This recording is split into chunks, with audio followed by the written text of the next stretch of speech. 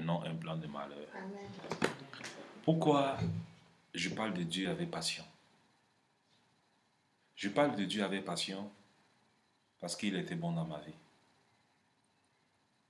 Dieu a manifesté sa grâce dans ma vie. Alors, quand je me souviens que sans Dieu, avec mes parents, on essayait avec ce qu'ils savaient pour sécuriser notre vie. On attachait des amulets sur nos reins pour nous protéger. Mais on n'avait pas tellement d'assurance.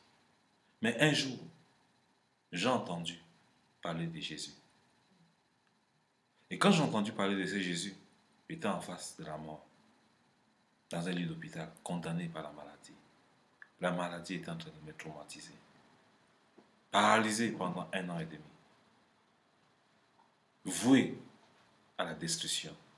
Mes pensées m'avaient déjà condamné à la mort. Mon corps m'avait déjà lâché. Mes amis m'avaient déjà donné mon sort. Les médecins attendaient que je ferme les yeux parce qu'ils ne pouvaient rien faire pour la vie. Alors, comme ça, j'ai entendu un jeune homme qui passait à côté de ma fenêtre. La guérison est dans le sang de Jésus. Il chantait la guérison dans le sang de Jésus. Je ne savais pas de quoi il parlait. Je me disais que c'était un chant commun. Il est venu vers moi. Il m'a présenté ce Jésus. Il m'a dit, ma Bible dit dans Marc, dans le livre de Marc, vous imposez les mains aux malades, les malades seront guéris. Il m'a imposé les mains, une fraction de 4 secondes. J'ai retrouvé l'usage de mes membres. Quand j'ai retrouvé l'usage de mes membres, je ne savais pas, j'ai commencé à chanter la guérison dans le sang de Jésus. Mais ça ne suffisait pas. Il fallait que je rentre et que je m'abreuve, que je mange, que je mastique, que je quitte l'étape de lait à la nourriture solide. Alors, je me suis rendu compte que Dieu se révèle dans la vie de beaucoup de gens. Beaucoup de gens. Mais ils arrivent à un certain niveau, ils connaissent Dieu. Comme un enfant, quand il naît, il connaît sa mère par le lait qui tète. Alors, vous voyez souvent certains enfants, même à 4 ans, ils cherchent toujours à téter le lait. Parfois, c'est les amis qui se moquent. Toi, tu prends toujours du lait, du sein de maman. Arrête le sein de maman. Commence à manger dans ton assiette. Mange la nourriture solide. Et parfois, il a honte et quitte. Il commence à être responsable. Mais nous, chrétiens, quand on a reçu Jésus-Christ, Dieu nous encourage de ne pas demeurer seulement dans l'acceptation de Jésus, mais d'apprendre à connaître qui il est et cheminer avec lui. Alors, quand tu ne connais pas qui est celui que tu sers, comment tu peux bien le servir? Je dis toujours, quand Dieu est venu dans ma vie, il me dit, aime ton prochain comme toi-même. Alors, comment je peux aimer mon prochain si moi-même je ne m'aime pas? Alléluia. Si toi-même tu ne prends pas soin de toi-même, comment tu peux aider quelqu'un d'autre à prendre soin de lui? Alors, nous nous trompons et nous passons notre temps à faire le contraire. C'est pour ça qu'il nous a dit dans le livre de Jean, vous connaîtrez la vérité et la vérité vous a franchi. Si tu ne connais pas la vérité dans Jean chapitre 8, je crois verset 32, si tu ne connais pas la vérité, tu es esclave. Alors, si tu ne comprends pas la vérité de ta vie, Dieu t'a dit dans le livre de Jean, chapitre 10, verset 9, 10, le voleur ne vient que pour égorger et dévorer et détruire. Moi, je suis venu avec quoi? Venu avec les produits et la vie. Et quelle est? Alors, Dieu veut que nous ayons la vie en abondance. Mais le diable veut que nous ayons une vie de confusion. Alors, quand vous prenez votre Bible, vous allez voir que tout est écrit pour que la lumière de Dieu entre dans votre vie et procure les sensations de non-confusion. La confusion, c'est l'assurance de l'ignorance de ton Dieu. Quand tu ne connais pas Dieu, tu es confus et confus. Et Dieu ne sait rien faire avec ça. Il y a des fois, quand on commence à être confus, on est obligé d'appeler les hommes de Dieu. Qu'est-ce que Dieu t'a révélé pour nous? Et les hommes de Dieu aussi, comme ils sont dans la confusion, ils laissent ces gens dans la confusion. Tout est écrit. Il dit, venez à moi, vous tous qui êtes fatigués et chargés, je vous donnerai du... Bon, alors, moi j'étais fatigué, c'est pour ça que je suis venu vers Dieu. Mais comment je peux venir vers Dieu maintenant? Je vais encore être esclave d'un homme. Être esclave des informations que Dieu lui-même ne peut me parler. Jésus a dit qu'il est préférable que je m'en aille. Je vous enverrai le consolateur, le Saint-Esprit. Alors, le chrétien ne veut pas savoir qu'est-ce que c'est le Saint-Esprit. Jésus lui-même, lorsqu'il est venu sur cette terre, pour commencer sa mission, il avait besoin du Saint-Esprit. Comme il avait besoin du Saint-Esprit, il fallait qu'il passe par des eaux de baptême. Lui-même qui était 100% homme, 100% Dieu, avait besoin de cet équipement. Et nous, quand on est chrétien, on n'a pas de discernement. On veut servir Dieu sans équipement. Dites après moi équipement. Alors, Jésus est allé vers Jean-Baptiste pour se faire baptiser. Jean-Baptiste dit non, je ne suis pas digne de délier la couloir de Jésus. Jésus a dit, hey, doucement. Notre Dieu, c'est un Dieu d'ordre, ce n'est pas un Dieu de désordre. Laisse les Écritures ça. Fais ton travail et Dieu va faire pour lui. Yes. Jean-Baptiste a obéi. Il n'était pas supérieur à Jésus. Mais il a fait ce qu'il fallait faire pour que Jésus puisse accomplir sa mission sans difficulté. Alors Jean-Baptiste a obéi et il a plongé Jésus-Christ dans les eaux. Ça vient naturellement, il est ressuscité avec le Christ. Et l'ange et le corbeau ont confirmé que Jésus est son fils bien-aimé en qui il a mis toute sa confiance. Et Jésus-Christ nous dit, soyez mes imitateurs. Alors, quand tu commences à être imitateur de Jésus, tu ne peux qu'avoir le succès dans ta vie. Mais pour être imitateur de Jésus, il faut discerner le baptême. Quel type de baptême as-tu eu? Est-ce que tu as pris conscience de ton baptême? Est-ce que tu savais que c'était un revêtement? Est-ce que tu savais que c'était une investiture céleste dans ta vie? Alors, Jésus, quand il est entré dans les eaux de baptême, nous avons vu qu'il a pu accomplir. C'est là que le diable est venu l'enlever, le monter sur une montagne, le montrer du monde entier. S'il n'avait pas cet équipement, il succombait. Beaucoup de chrétiens, ils aiment le Seigneur, mais ils succombent parce que les baptêmes ont été très mal faits. Ils ne savent pas qui est le Dieu qui pourrait les équiper. Alors, nous qui comprenons ces choses, nous ne devons pas juger les chrétiens charnels. Ça fait beaucoup. Un chrétien charnel ne comprend pas les choses de l'esprit. Tu vas beau crier, tu vas beau lui donner tous les versets bibliques, il ne peut pas comprendre. Il faut que l'Esprit de Dieu le révèle. S'il n'est pas connecté, il est déconnecté. Alors aujourd'hui, Dieu merci que nous avons Internet. Nous connaissons ce qu'on appelle connexion. Si ton PC n'est pas connecté sur le réseau Wi-Fi, et bien que tu n'as pas une connexion Internet, tu ne peux pas entrer sur le net. Tu vas beau faire, tu ne pourras pas être connecté.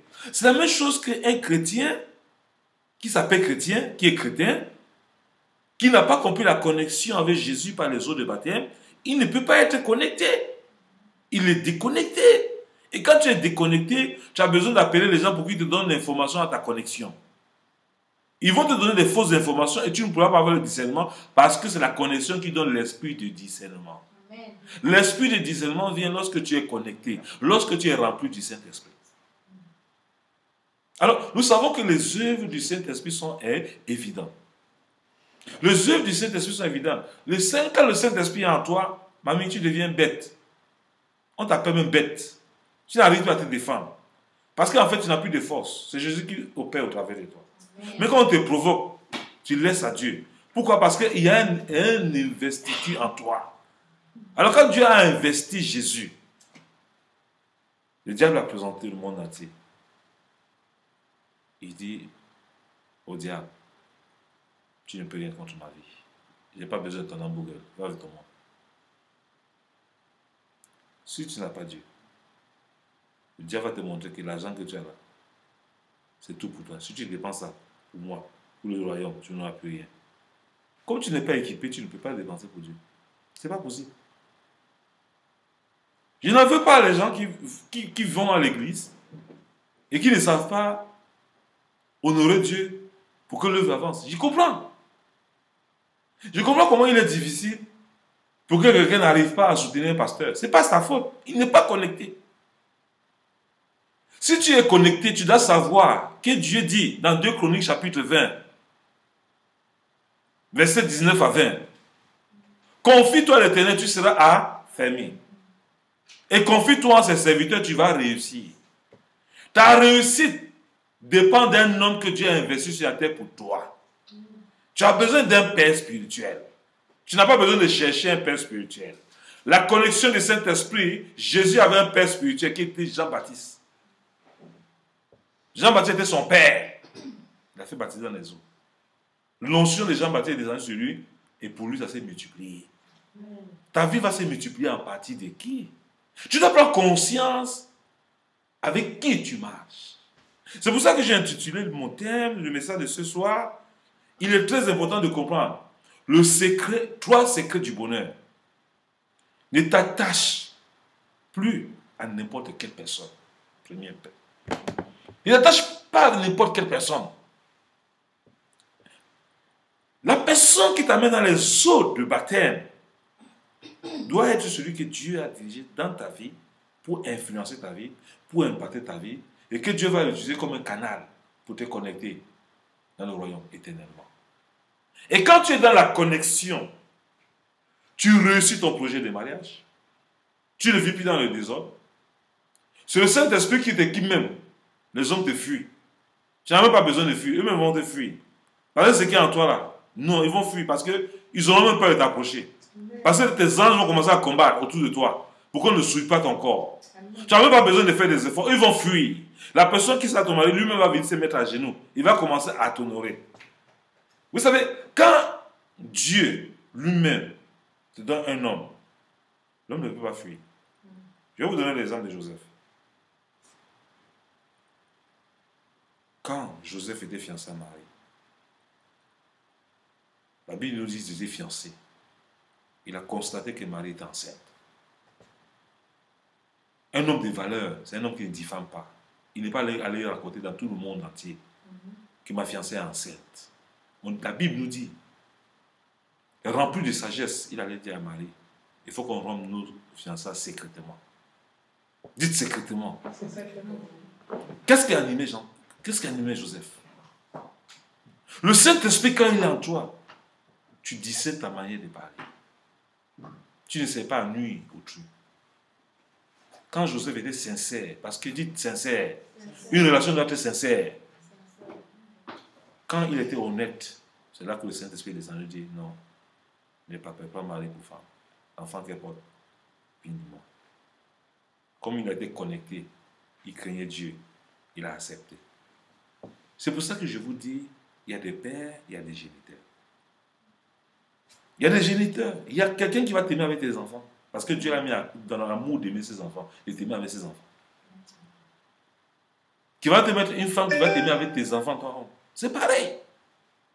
Ça ne s'efforce pas.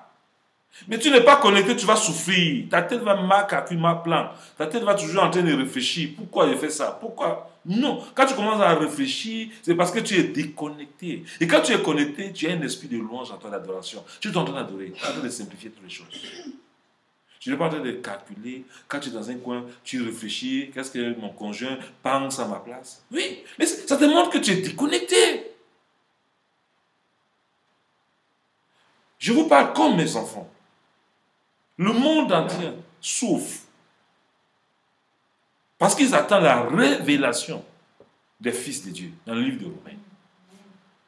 Alors, nous allons nous révéler au monde comment si nous-mêmes ne nous sommes pas révélés. Nous devons comprendre notre nature. Si nous ne nous comprenons pas nous-mêmes, comment nous pouvons comprendre les autres? Si toi, en face d'un problème, tu t'emportes, comment tu peux aider quelqu'un qui est dans la difficulté? Hein? Donc, si toi-même tu ne te maîtrises pas, arrête-toi, apprends à maîtriser ta personne. C'est pour ça qu'il a dit dans sa parole, dans le livre de Galates chapitre 5. Galates chapitre 5, verset 22. Les fruits de l'esprit. C'est quoi? Quand tu es connecté, les fruits la marchent avec toi. On t'envoie des pics, tu souris. Parce que c'est Jésus qui combat à travers toi. Et tes anges amortissent à ta place. Mais si tu ressens les pics, c'est que tu es déconnecté. Si tu es incapable de recevoir les réprimandes, tu es déconnecté. Et tu dois très vite faire attention. Que, hey, je ne suis plus avec Dieu. Là, je suis en train de prendre un hamburger du diable. C'est dangereux. Ça risque de te détruire. Ce qui nous détruit, on a une fausse imagination. Qu'est-ce que l'œuvre de Dieu? Pour nous, aujourd'hui, l'œuvre de Dieu, c'est de trouver la salle d'église remplie, en train d'acclamer Dieu. Après qu'on acclame, qu'on rentre, nos problèmes nous trouvent à la porte, on rentre à la maison avec, c'est ça? La vie en Dieu, c'est la vie en abondance. Le voleur ne vient que pour détruire. Détruire ce que Dieu a réservé pour toi, le bonheur intérieur. Alors, si tu n'as pas ce bonheur intérieur, tu fais quoi sur cette terre? Nous ne sommes pas de ce monde-là. Les gens qui n'ont pas cette espérance-là, ils courent pour construire des immeubles. Parce qu'ils ne savent pas que Jésus a réservé une place au ciel pour nous. Yes. Toi, tu es incapable. Quand tu as 5 francs, tu ne penses pas d'abord qu'un premier est d'abord là. Qui m'a donné ça? Au nom de Dieu avait le 10e de ce que tu as. Et Dieu fera des grandes choses avec toi. Mais tu es incapable d'honorer Dieu avec ton 10e. Tu veux que Dieu fasse quoi? Parce que tu es déconnecté. Ce n'est pas ta faute. Si tu es connecté, tu ne vas même faire plus que le 10e. Tu vas honorer Dieu avec tes biens. C'est à cause de la dureté de nos cœurs que Dieu a même parlé de la dîme. Sinon, il veut qu'on l'honore avec notre vie. Qu'on l'honore avec notre corps. Qu'on se veste. Quand tu t'es vêtu, tu t'habilles là. Quand tu marches sur la route, là, tout le monde se tourne, te regarde. Et qu'ils aient un témoignage de toi. Cette fille-là, tu la vois bien habillée comme ça, là, tu la dragues. Elle va te sourire. Tu ne vas jamais atteindre ton objectif avec elle. Pourquoi? Elle va te parler qu'elle adore son Dieu. Ton nom sera un témoignage. Sans que tu parles de Dieu. Quand tu as ce Dieu, le Saint-Esprit est en toi. Tu n'as plus peur d'aller n'importe où. Si tu commences à avoir peur d'aller n'importe où, ça veut dire que tu es déconnecté. Parce que celui qui est en toi est plus grand que celui qui est dans ce monde-là. Mais Jésus avait quelle force d'aller vers les prostituées, comme Marie de Magdala, jusqu'à rester avec eux? Quelle force il avait? Avec les femmes qui avaient les parfums, comme la Bible nous parle qu'elle a cassé un parfum sur le pied de Jésus. Si une prostituée a cassé le parfum sur le pied de Jésus, c'est qu'elle a reconnu ce qu'elle n'a pas vu dehors, c'est Jésus. Une femme qui est censée recevoir, elle m'a investi son parfum. C'est parce qu'elle était connectée qu'elle a pu investir le vase de son parfum sur les pieds de Jésus. Pour dire, yes, ce que j'ai cherché, j'ai trouvé le véritable. Et quand ce véritable entre dans ta vie, qu'importe la nature de ton péché, qu'il soit noir comme le cramoisi, Dieu le rend blanc comme neige. Il oublie ton passé. Pendant que les hommes vont se rappeler que tu faisais des maisons closes, que tu étais voleur international, que tu étais féman, que tu étais sissi gigolo, pendant qu'il te condamne, Dieu t'a affranchi. Amen. C'est pour ça qu'on dit qu'il n'y a plus de condamnation pour ceux qui sont en Christ Jésus. Expérimenter la nouvelle vie dans le Seigneur. Expérimenter la joie, pas une joie éphémère. Mon Dieu que je sais, c'est un Dieu qui reste. C'est un Dieu qui te donne un avenir que les gens ne peuvent pas te donner, qu'un homme ne peut pas te donner, qu'une femme ne peut pas te donner. Mais vous devez faire attention avec qui vous marchez. Très important. C'est ça que j'ai dit. Il y a 3 secrets du bonheur. C'est pourquoi je prends mon temps d'expliquer ces choses, parce que je ne suis plus quelqu'un, je ne veux plus crier. Ah, Dieu, non. Dieu s'en fout de mes cris. Ce qui intéresse Dieu, c'est de le connaître moi-même, pour moi-même. Plus je le connais, plus je sers les autres. Si je ne connais pas Dieu, je ne peux pas servir les autres. Mes erreurs que je fais en face des autres, c'est parce que je ne connais pas Dieu dans ce domaine-là. Si je connaissais Dieu, je ne vais pas te faire du mal. C'est parce que je ne connais pas Dieu dans un domaine qui te fait du mal. C'est pour ça que nous devons apprendre comment servir Dieu dans le mariage. Quand tu aimes, tu ne vois pas les défauts. Si tu commences à voir les défauts, c'est que tu n'aimes pas. Si tu critiques, C'est que tu n'aimes pas. J'ai vu une femme, son mari la bastonne, ses yeux sont gonflés. Quand elle va dehors, ses copines disent ton mari t'a tapé, elle dit non, son mari n'a pas tapé. Elle a fait l'erreur, elle a gratté son œil, ça a gonflé. Parce qu'elle aime son mari, elle a couvert son mari. Mais une femme qui est capable d'aller dire que mon mari il fait ceci, il est ceci, elle n'aime pas. Elle est passionnée. Elle a pour quelque chose une passion. Après la passion, elle va partir. Quand tu aimes, tu couvres, tu protèges.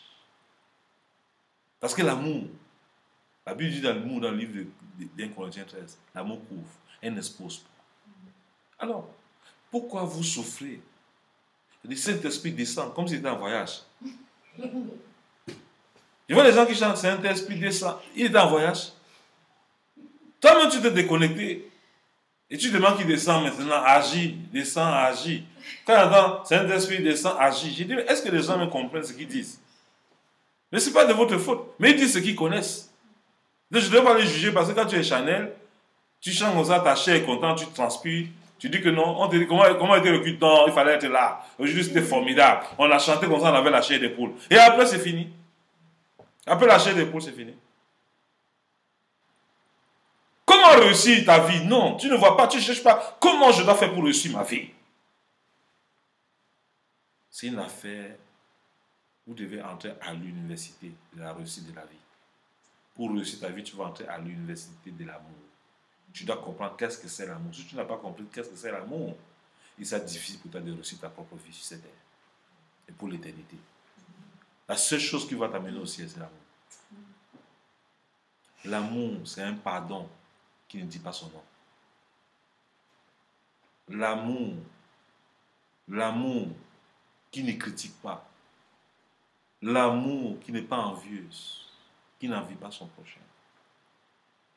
L'amour qui ne détruit pas, qui bâtit. Où tu es maintenant? Tu es le résultat de ce que tu sèmes. Mais oui, je suis le résultat de ce que je sème. Dieu m'a dit à lui la vengeance et la rétribution. Pourquoi je veux me venger? C'est parce que je suis connecté que je me venge. Si je suis connecté, je ne me vengerai pas. Dieu va me venger. Il dit qu'il bénit son bien-aimé dans le sommeil. Vous voyez, quand nous regardons la Bible, et que nous regardons bien, quand je regarde Jésus, j'écris dans mes citations, Jésus, je m'endors tranquille, à l'idée de savoir que tu as des bénédictions en réserve pour moi. Tu t'as dormi tranquille comme un enfant. Comme un enfant, quand un enfant est à la maison, il sait que son père, sa mère, non, il ne peut rien manquer. S'il s'applique, il étudie, il laisse sa distraction, il réussit, sa mère va lui donner tous les cadeaux qu'il veut. Si toi-même tu t'appliques, tu cherches à comprendre Dieu dans ta vie, il va te donner tout ce que ton cœur désire. Fais de l'éternel tes délices, il donnera ce que ton cœur désire. Dieu n'est pas un Dieu d'illusion. Non, il n'est pas un Dieu d'illusion. Nous passons notre temps à chercher un Dieu imaginaire. Il est réel.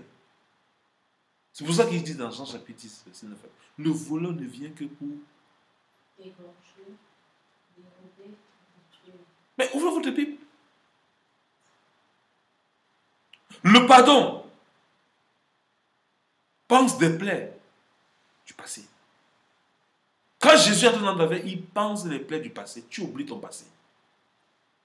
Si tu te souviens de ton passé, c'est parce que tu n'es pas connecté. Quand tu es connecté, le Saint-Esprit, là, quand tu meurs dans les eaux, quand tu ressuscites, tu oublies le passé. Toute ta vie devient nouvelle. Comme il nous dit dans le livre de 2 Corinthiens chapitre 5. Si quelqu'un est en Christ, si quelqu'un est en Christ, il est une nouvelle. Les choses anciennes sont, toutes choses sont devenues. Pourquoi Dieu dit que les choses anciennes sont passées? Et dans ta vie, ce que tu faisais avant, que tu connais Dieu là, ça revient. Pourquoi ça revient? Pourquoi tu vas connaître les mêmes misères, les mêmes difficultés? C'est parce que Dieu n'est pas sincère. On est le résultat de ce qu'on sème.